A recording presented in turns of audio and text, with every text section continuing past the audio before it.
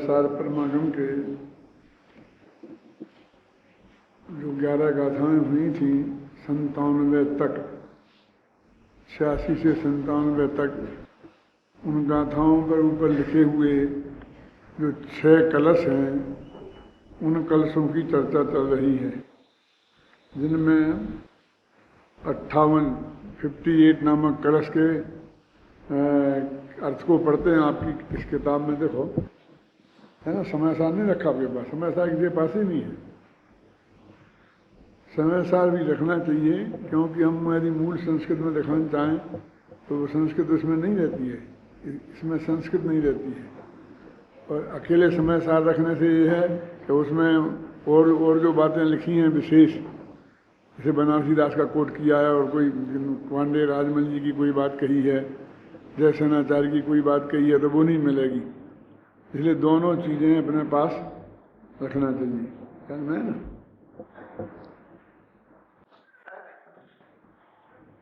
अभी तो जो पढ़ रहे हैं वो आपकी किताब में भी मिल जाएगा।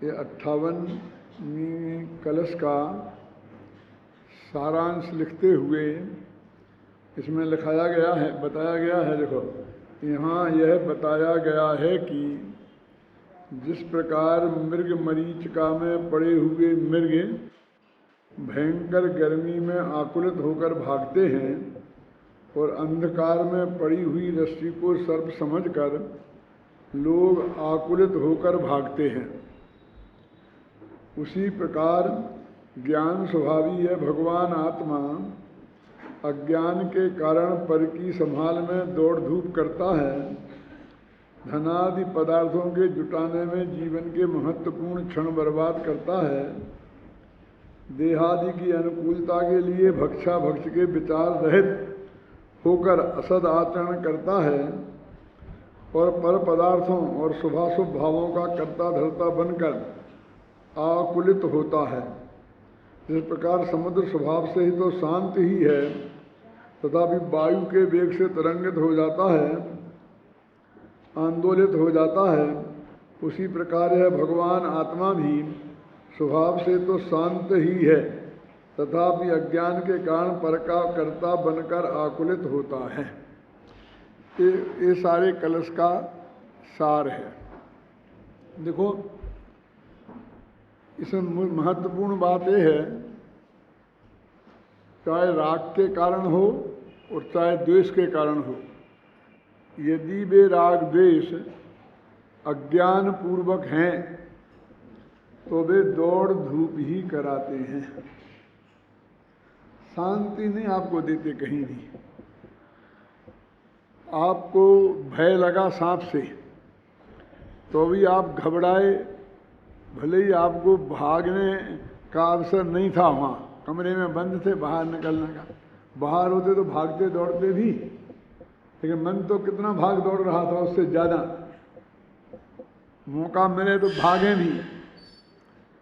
और जो मृग मरीचिका में हुआ तो हम कहें भाई वो तो उससे हमें चीज़ से राग है, तो उससे हम क्यों दौड़ेंगे।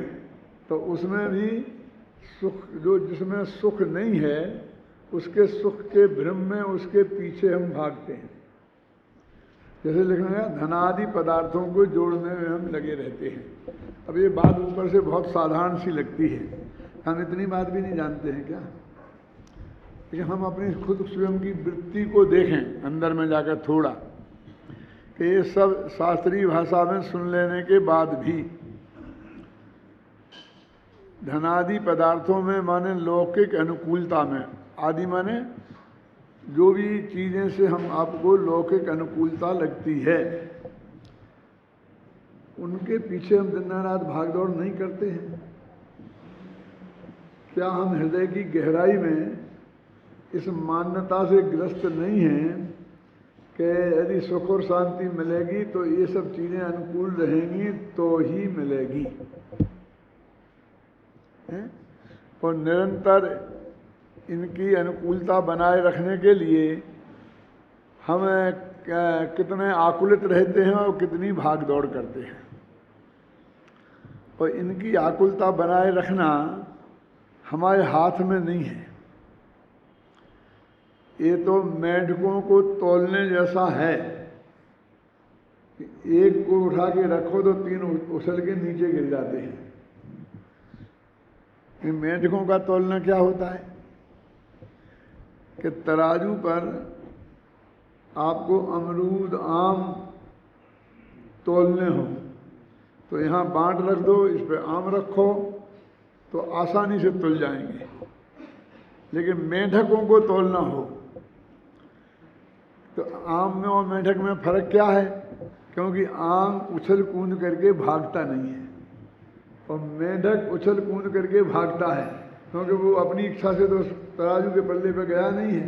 वो तो जान की बाजी लगा करके भी न मालूम क्या समझता है और उसे से उछलना चाहता है। तो आप एक रखो, एक जब तक उछल जाता है, दूसरे रखो, दूसरे जब तक उछल जाता है। तो कहते हैं इसे मेंढकों को तोलना बहुत कठिन काम है, ऐसे ही इन संयोगों का है। हम एक को जुटाते हैं, दूसरा बिखर जाता है, दूसरे को जुटाते हैं, एक बिखर जाता है। ऐसा ही निरंतर बना रहता है। कदाचित कोई बहुत पुण्यशाली हो, चक्रवर्ती जैसा, और सारी अनुकूलताएं भी उसके सामने सब व्यवस्थित हो जाएं, तब भी वो निराकुल नहीं होता है। सवाल उनके जोड़ने और नहीं जोड़ने का नहीं है, सवाल अपने उपयोग का भी तो है ना। ये अनंत पर पदार्थ तेरे सामने मान लो भोगने को पड़े हैं, तेरा उपयोग तो एक ही जगह रह सकता है ना। अब हम इनको 2 भागों में बांट देंगे, आत्मा में रहेगा कि भोगों में रहेगा।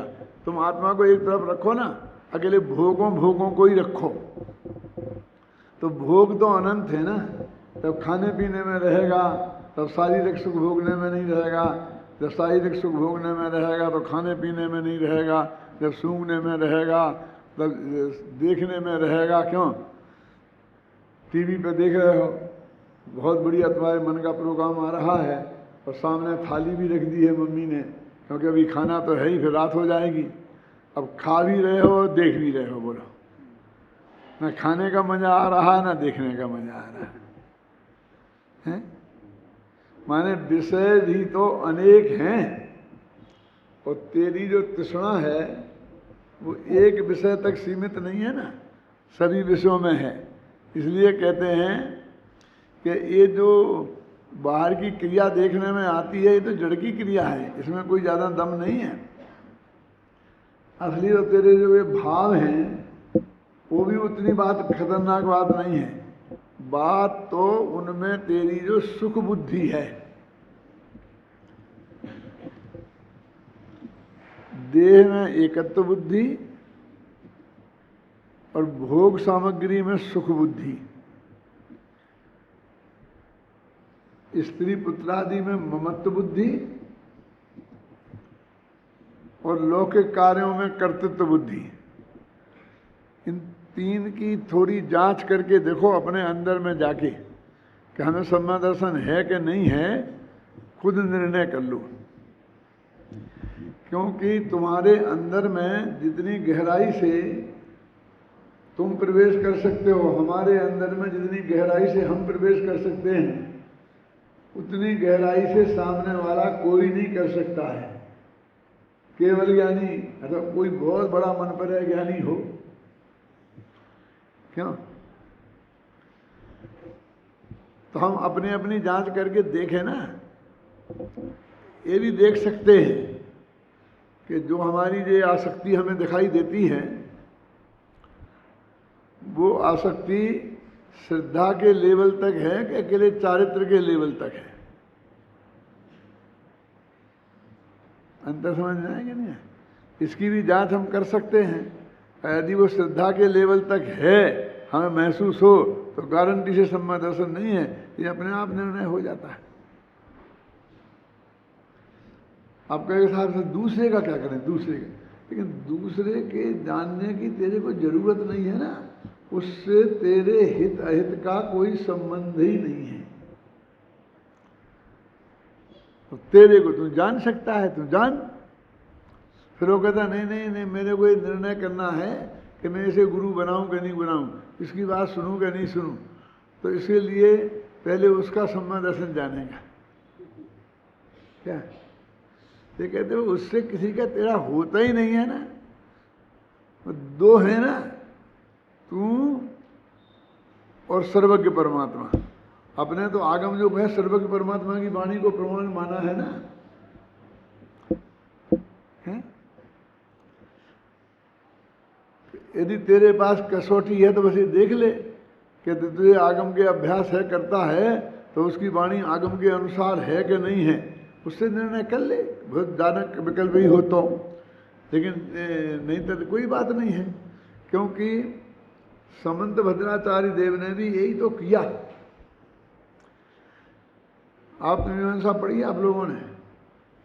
जिन लोगों ने नहीं भी पढ़ी होगी तो उन्होंने बालबोध पाठमाला, विद्रव्य ज्ञान पाठमालाएं, तत्वज्ञान पाठमालाएं पढ़ी होंगी, तो उसमें से उसके 16 छंद मैंने एक पाठमाला में रखे हैं। कौन सी में है? तत्वज्ञान में है ना।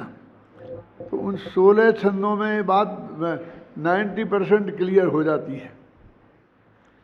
क्या हो जाती है कि वे भगवान को उसकी वाणी के आधार पर ही तो उनकी जांच करते हैं।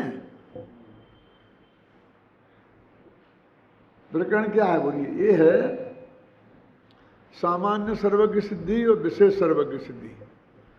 सामान्य सर्वज्ञ सिद्धि का अर्थ यह है कि कोई सर्वज्ञ हो सकता है कि नहीं, पहले ये नक्की करो। यदि इस नक्की करने में ये नक्की हो जाए कि कोई सर्वज्ञ हो ही नहीं सकता है, तो फिर दूसरा प्रश्न खड़ा ही नहीं होता है कि कौन है और कौन नहीं है।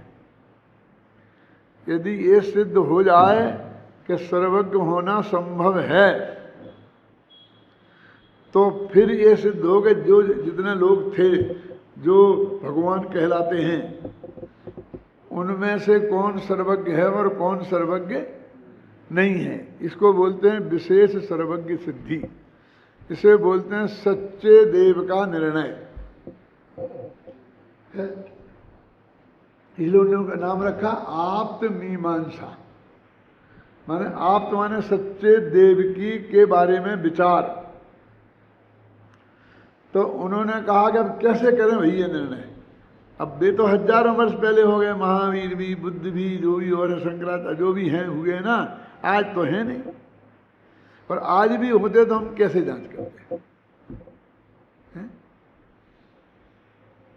तो वो कहते हैं कि हमने उनकी वाणी को हमने आगम और तर्क की कसौटी पर कस के देखा। आगम तो उनकी वाणी ही हो गई, तो उनकी कही हुई बात माने आगम, उसको हमने तर्क की कसौटी पर कस के देखा। देखो, और इससे निर्णय किया कि जिस बात जिसने बताई है वो सर्वज्ञ होना चाहिए कि नहीं होना चाहिए। क्या? तो मेरे कहने का मतलब है कि उन्होंने हमको किसी का भी कि वो ज्ञानी है कि अज्ञानी है पर के बारे में कोई निर्णय करना हो, तो उसकी वाणी के आधार पर तो किया ही जा सकता है ना। क्या कोई दूसरा आधार हो सकता है? शांति नहीं। और वो वाणी भी विशेष रूप से लिखित। आप कहेंगे क्यों? मौखिक पे भी हो सकता है, ऐसा नहीं कि नहीं हो सकता है, लेकिन वो हमारे पास परीक्षा करने को 24 घंटा मौजूद नहीं है ना। 1 मिनट में कहते हमने नहीं कहा था ऐसा, आप नहीं समझे सही। और ऐसा हो भी सकता है कि उसने जो कहा हो हमने उसे सही रूप में ग्रहण नहीं कर पाया हो, तो रिपीट करने के बाद हमारे पास साधन नहीं है बार बार, तो वो चीज़ हमारे सामने उपस्थित है, तो हम उसी के आधार पर तो निर्णय करेंगे ना। मैं पूछता हूँ कुंदकुंदाचार्य सर्वश्रेष्ठ आचार्य थे, आपने काय के आधार पर नक्की किया?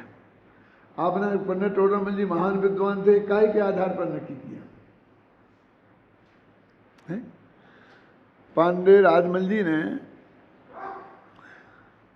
दादा पांडे राजमल जी वही राजमल जी हैं जिन्होंने कलश टीका लिखी, उन्हीं ने पंचाध्यायी लिखी है, दो अलग अलग नहीं है। वो साधर्मी भाई जो पांडे हैं वो अलग हैं, जो टोडामल जी के साथ थे, और ये उनके पहले हुए हैं, बनारसी दास के समय के पहले। आपने शायद ऐसा कहा था, हैं? हाँ, ब्रह्मचारी राजमल जी वो पंडित टोडामल जी के ज़माने में थे, और ना उनने पंचाध्यायी लिखी और ना उनने ये कलश टीका लिखी, उनने ज्ञानानंद श्राप का ताल लिखा। वो ये जम्बू स्वामी चरित्र, पंचाध्यायी और कलश टीका ये लिखने वाले पांडे राजमल जी हैं। पांडे माने वहाँ पंडित को पांडे पांडे जी बोलते थे, पंडित जी को पांडे जी।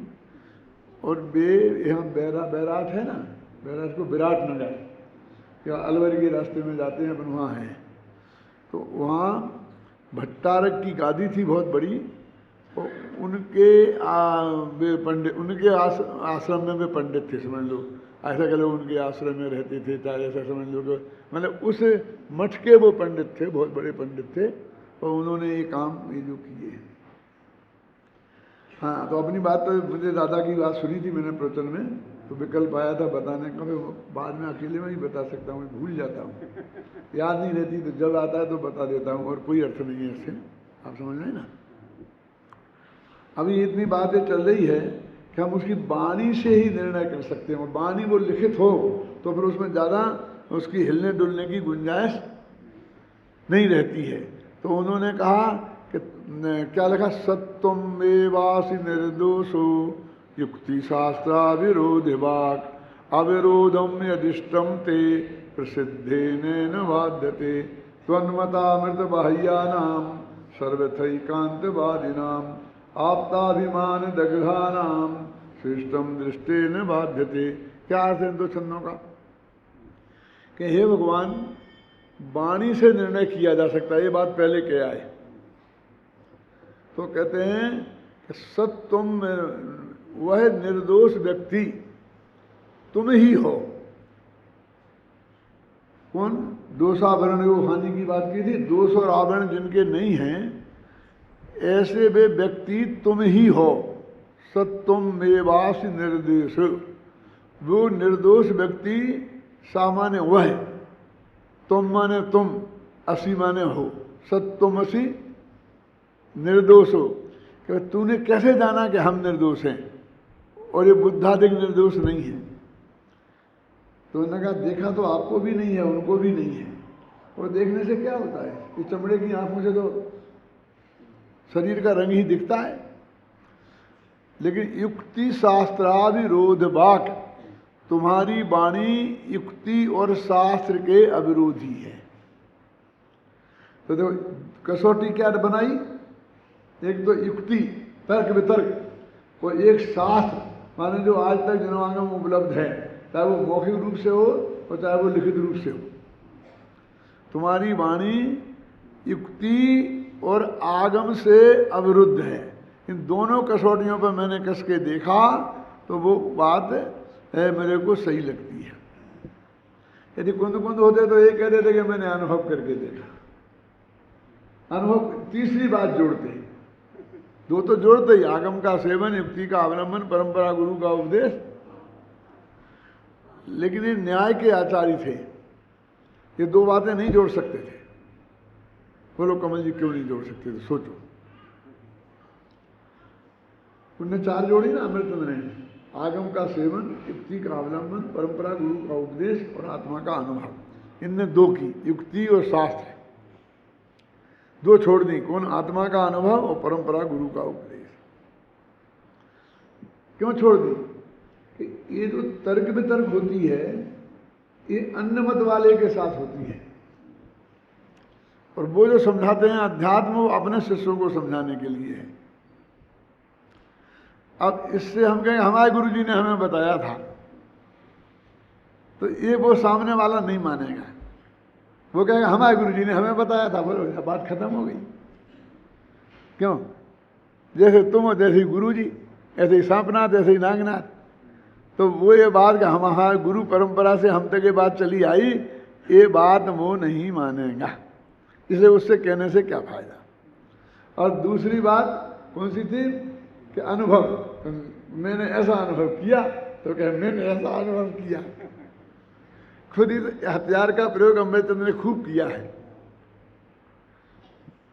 कहाँ से वो गाथा है ना, वो अजीवादिकार शुरू होता है, और वो जो 8 आते हैं ना, 8 तर्क दिए हैं, कोई मानता है आत्मा ऐसा है, कोई मानता है ऐसा, कोई मानता है ऐसा है, और सामने वाले का एक ही तर्क है कि मुझे इसके अलावा आत्मा अनुभव में आता नहीं है, दिखाई नहीं देता, इसलिए मैं मानता हूं कि यही आत्मा है और आत्मा नहीं है। क्या, एक उदाहरण छोटा सा बताता हूं कि खाट क्या है। खाट समझते हैं, पलंग। तो वो कहता 8 लकड़ियों के संयोग के अलावा और खाट है क्या। 4 वो क्या पाए, 2 पाटी और 2 सीरा, समझते हैं ना। वो लंबी लंबी होती है वो पाटी, और जो छोटी होता है उसे सीरा बोलते हैं। सिरहाना, सीरा माना सिरहाना। इनके अलावा खाट है क्या, वो कहता है। क्योंकि मुझे इसके अलावा कोई खाट देखने में नहीं आती, तर्क ये है। आचार्य कहते हैं इसी प्रकार ये 8 कर्म, ये शरीर, 8 अंग, ये सब, इनके अलावा आत्मा फात्मा है क्या, मुझे इसके अलावा कोई आत्मा देखने में नहीं आता। अनुभव का तर्क दिया। तो अमृतचंद कहते हैं कि मुझे इस देह से भिन्न भगवान आत्मा एकदम स्पष्ट दिखाई देता है। तो उस अनुभव के तर्क से काट दिया ना, कि तुम कहता हमें दिखाई देता, हम कहते हैं हमें दिखाई नहीं देता है। तुम कहता हमें नहीं देता, हम कहते दिखाई देता है। इसलिए 2 चीजें नहीं चल सकती सामने वाले के सामने। ये 2 रखी कौन, युक्ति और आगम।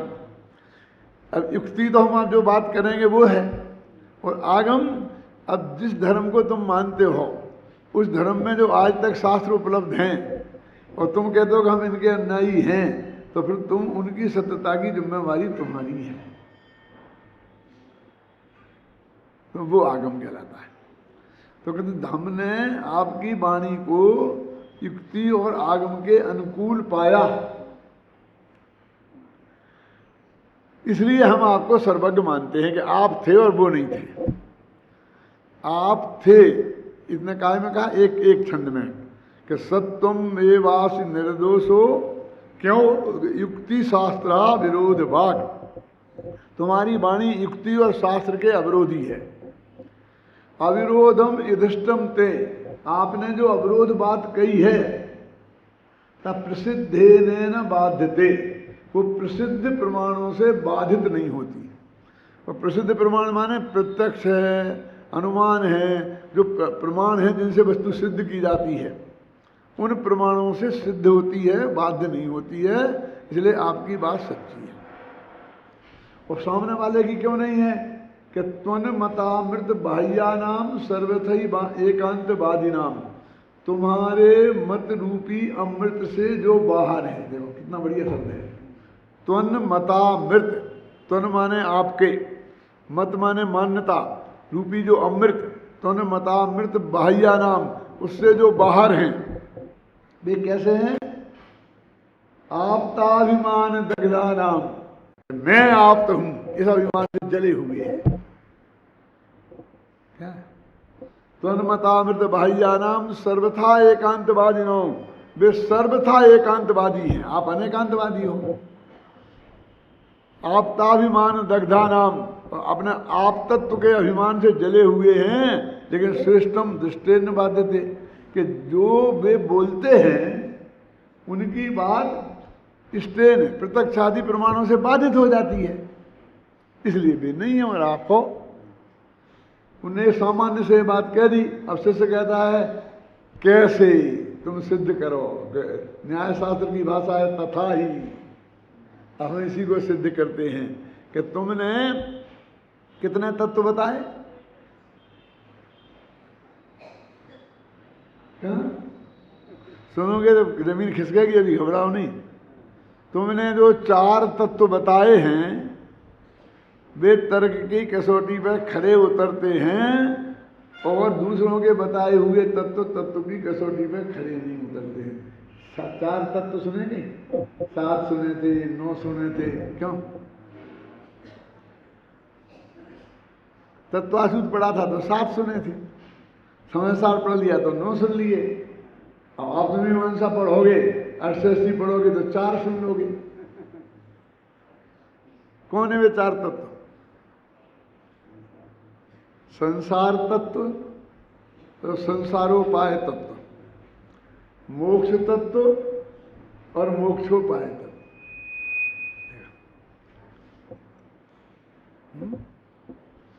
संसार तत्व, अब जीव अजीव का संयोग, आश्रय, बंध, ये सब संसार तत्व है। पुण्य पाप, आश्रय, बंध, ये सब संसार के उपाय तत्व हैं। जीव अजीव का कर्मादि का संयोग संसार तत्व है और आश्रय, बंध, पुण्य पाप ये संसारोपाय तत्व हैं। और इनसे भिन्न होना, अनंत सुख रूप होना आत्मा का ये मोक्ष तत्व है और उसके उपाय संबंधिता ये मोक्षोपाय तत्व हैं। ये 4 तत्व की बात करी उन्होंने, क्योंकि ये 4 तत्व सब में पाए जाते हैं। सब मानते हैं कि जीव सुखी है, मोक्ष है, संसार मोक्ष होता है, संसार होता है, संसार का भी उपाय है और मोक्ष का उपाय है।